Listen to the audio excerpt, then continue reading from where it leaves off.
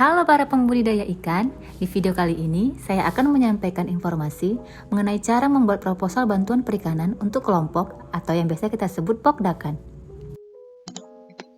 Berikut adalah hal-hal yang harus diperhatikan dalam pembuatan proposal permohonan bantuan. Yang pertama yaitu cover, yang kedua surat perihal permohonan bantuan, yang ketiga SK pengukuhan atau pengesahan kelompok yang dikeluarkan dari kepala desa atau dari kelurahan, yang keempat berita acara pembentukan kelompok, yang kelima susunan kepengurusan, yang keenam ADRT atau anggaran dasar rumah tangga, dan yang ketujuh daftar hadir pembentukan kelompok.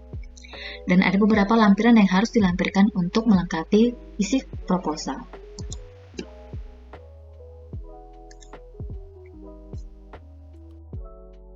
Bagi pembudidaya yang berminat untuk mengajukan permohonan bantuan budidaya, salah satu persyaratan yang harus dipenuhi adalah tergabung dalam suatu kelompok yang berbadan hukum atau kelompok terdaftar di Dinas Perikanan setempat dengan jumlah anggota paling sedikit 10 orang.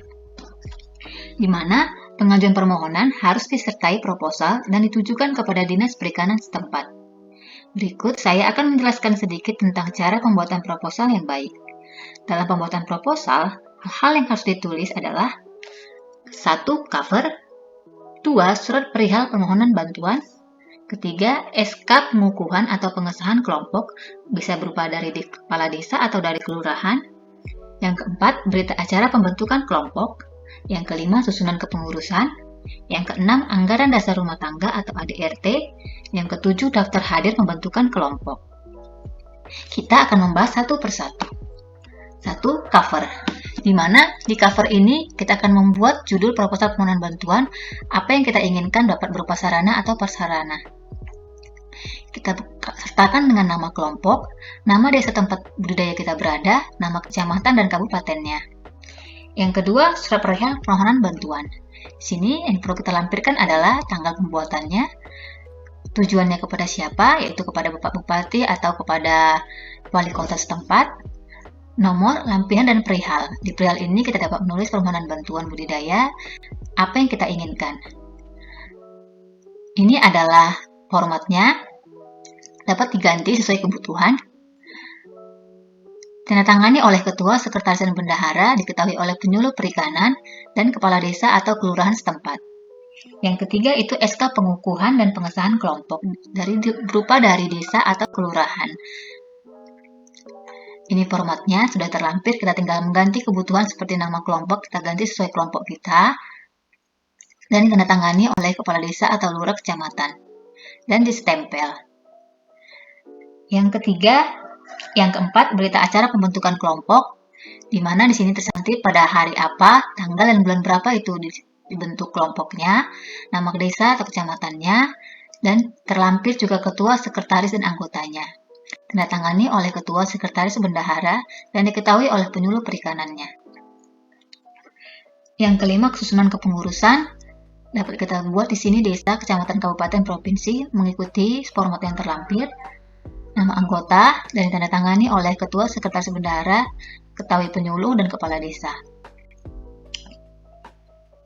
Yang keenam itu anggaran dasar rumah tangga, dapat dibuat sesuai kebutuhan dari kelompok, itu tergantung dari keputusan anggota dan kepengurusan dari kelompok tersebut. Mana diharapkan ADRT ini dapat melampirkan semua sesuai kebutuhan seperti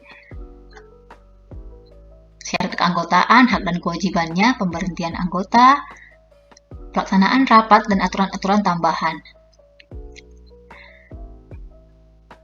Yang ketujuh adalah daftar hadir pembentukan kelompok. Ini diperlukan agar diketahui beberapa anggota-anggota yang hadir saat pembentukan kelompok. Diharapkan di sini kepala desa atau penyuluh perikanan juga ikut mengisi daftar hadir. Dan disertai dengan nomor handphone agar pembinaan dari dinas terkait dapat berlanjut. Tandatangani oleh pemimpin rapat pada saat rapat itu berlangsung. Yang terakhir adalah lampiran, di mana lampiran tersini adalah data usaha budidaya di mana formatnya terlampir seperti ini, yaitu nama pembudidaya, jumlah kolam, luas kolam, jenis kolam, sumber air, dan jenis ikan. Ini digunakan agar dinas terkait dapat mengetahui data-data mengenai kolam tersebut. Lampiran selanjutnya itu KTP pelaku usaha budidaya, di mana KTP dilampirkan dari seluruh anggota pengurusan kelompok.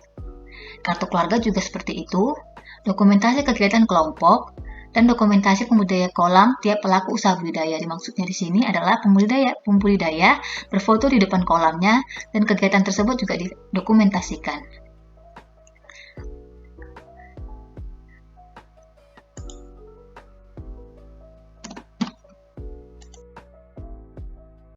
Baiklah, sekian informasi yang bisa saya sampaikan. Semoga dapat dimanfaatkan dan digunakan sebaik mungkin. Untuk contoh dokumen bisa dilihat di kolom deskripsi di bawah ya. Terima kasih.